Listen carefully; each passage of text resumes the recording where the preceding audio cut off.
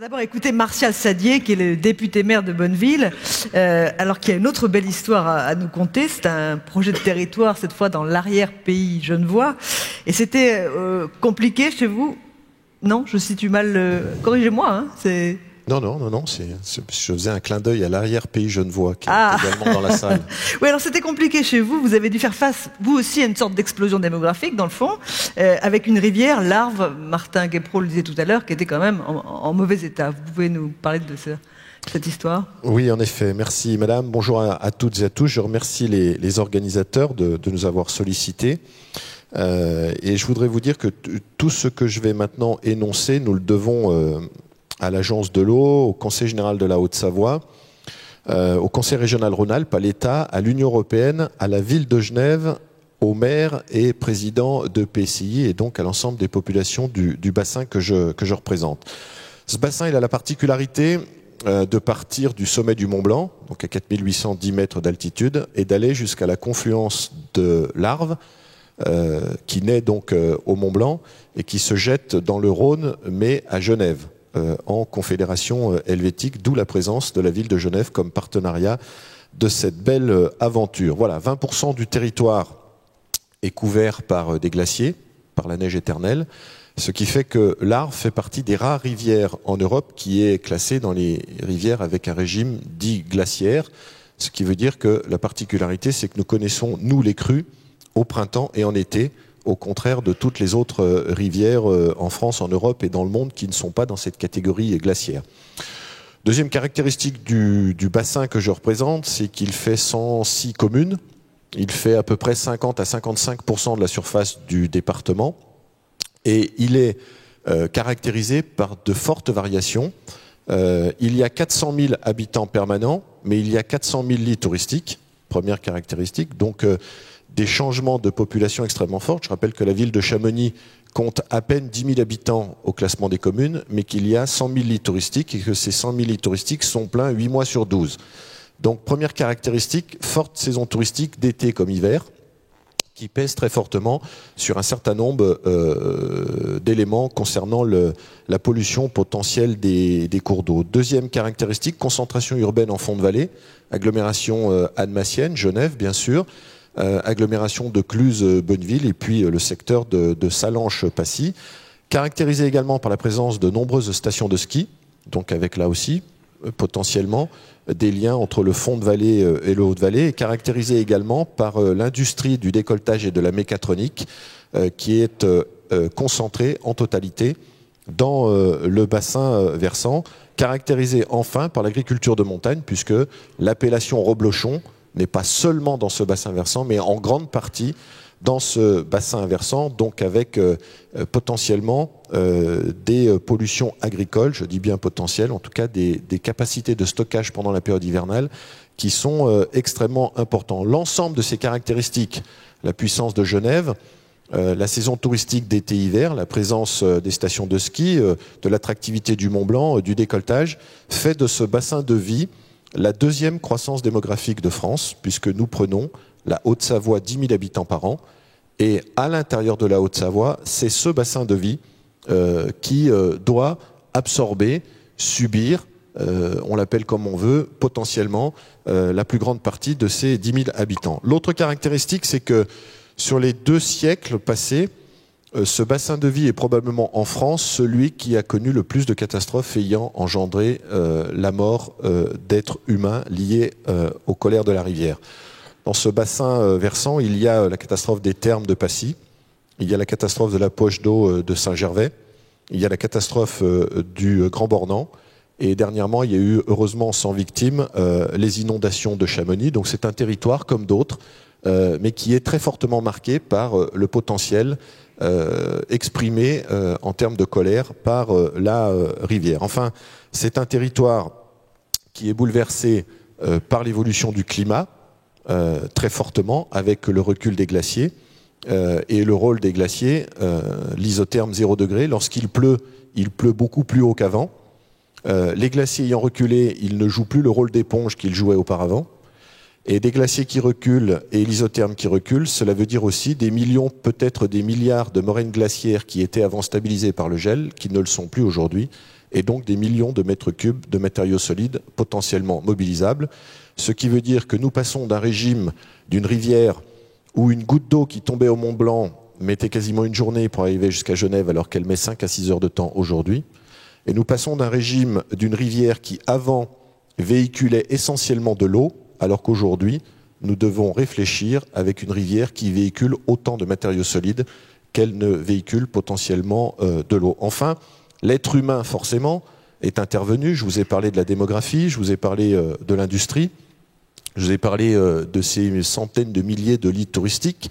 Mais l'être humain est aussi beaucoup intervenu parce que pour assurer l'ensemble de ces développements, pour terrasser les fondations des usines de décolletage, des stations de ski, de l'autoroute blanche qui amène à l'accès au tunnel du Mont Blanc, eh bien l'être humain a puisé 1,5 million de mètres cubes de gravier dans la rivière pour assurer les fondations de l'autoroute blanche, des usines de décolletage, des immeubles, des stations de ski, ce qui fait que nous avons complètement et totalement dénaturé cette rivière.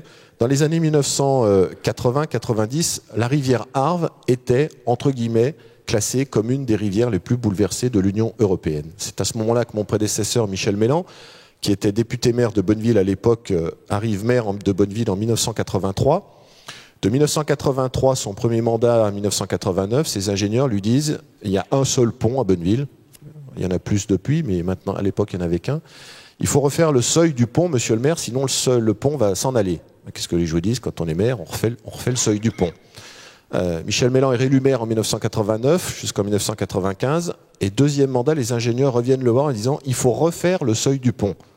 Et là, quand on est maire, on a quand même quelquefois quelques signaux qui s'allument en disant mais est-ce que c'est bien le même seuil que vous m'avez refait faire il y a moins de 10 ans? Bah oui, mais attendez, on l'a mal fait, qu'est-ce qui s'est passé? Ben non, c'est pas ça. C'est que comme en amont, il ne s'est rien fait, ou ils ont fait des choses qui ont bouleversé notre seuil, ou comme en aval, il ne s'est rien fait, ou ils ont fait des choses sans forcément se concerter avec nous, et d'ailleurs, à l'époque, peut-être que Bonneville faisait aussi des choses qui dénaturaient ou qui déstructuraient ce qui pouvait être fait en amont ou en aval. Bref, comme il n'y a pas de vision globale, eh ben, il faut refaire le seuil. Non, mais ça veut dire que je vais le refaire une deuxième fois, puis alors ça veut dire qu'à la limite, si je suis réélu une troisième fois, je vais le refaire une troisième fois.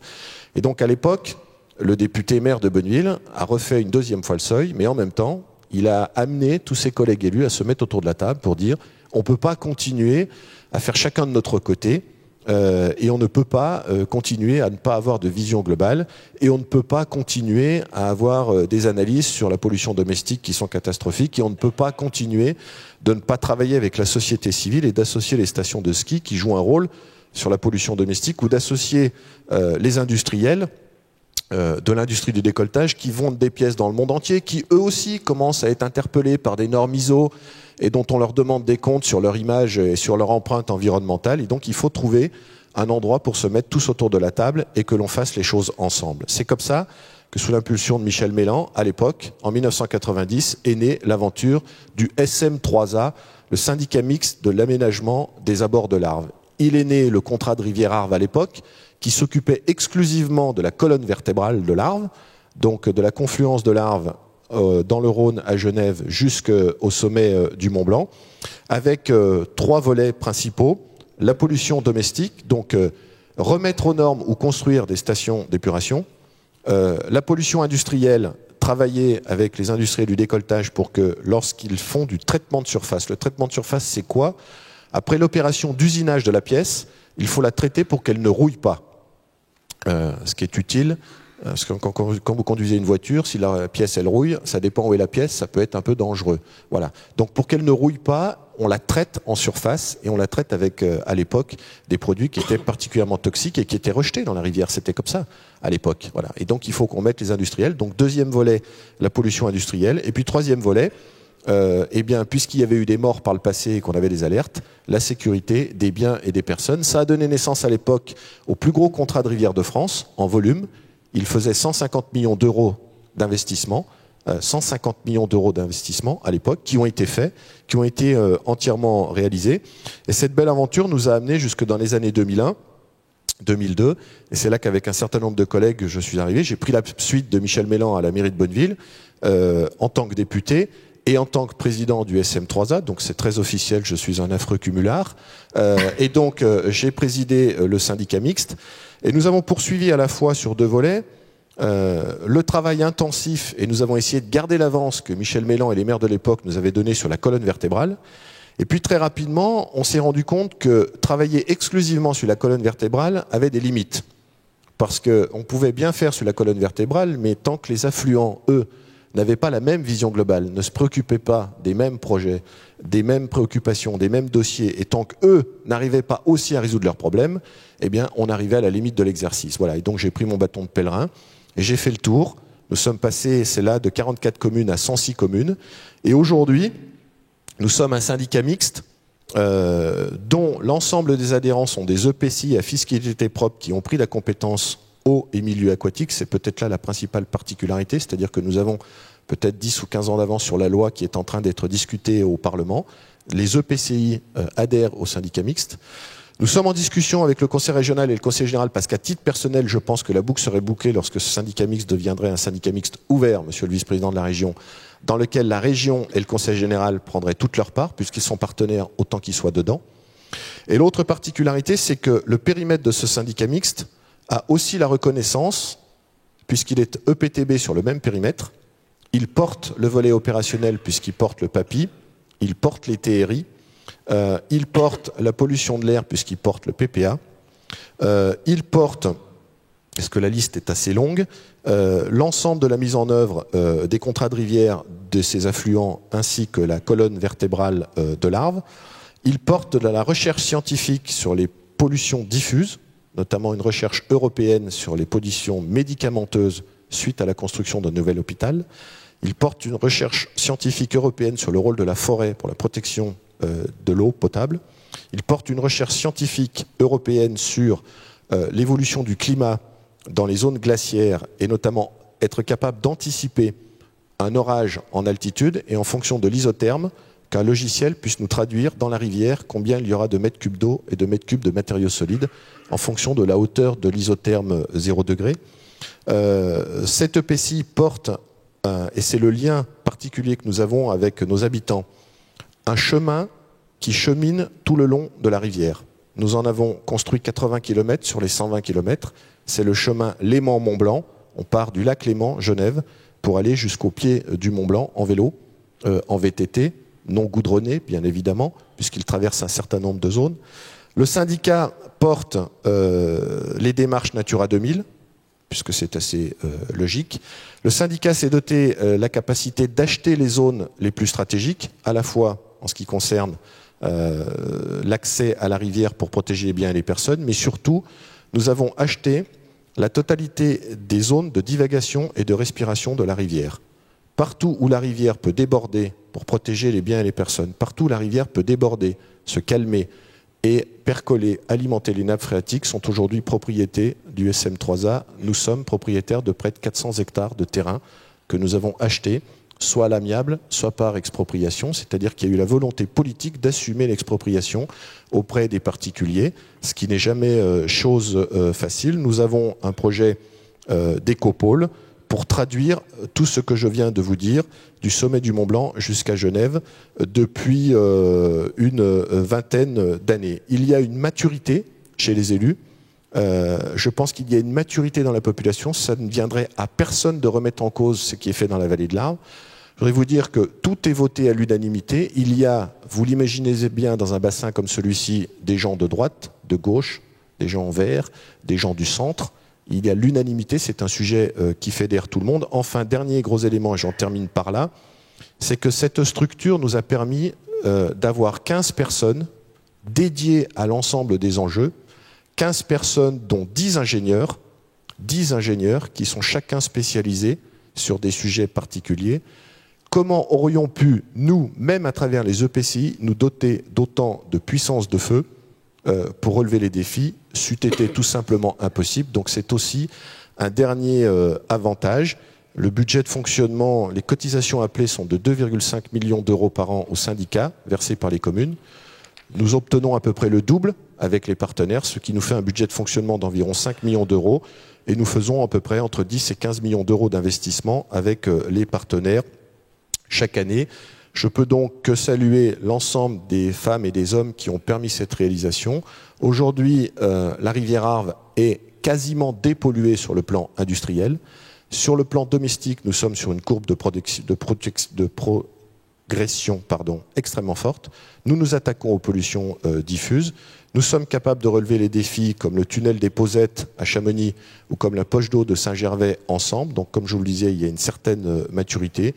Et je crois que les élections municipales à venir feront qu'il y aura des femmes et des hommes qui auront envie de venir dans ce syndicat, de s'en saisir et de faire en sorte de franchir l'étape d'après qui sera, dans à peu près 18 mois, je l'espère, la signature du schéma d'aménagement et de gestion des eaux pour lequel nous travaillons très rapidement. Et madame, je termine très précisément à 15 minutes.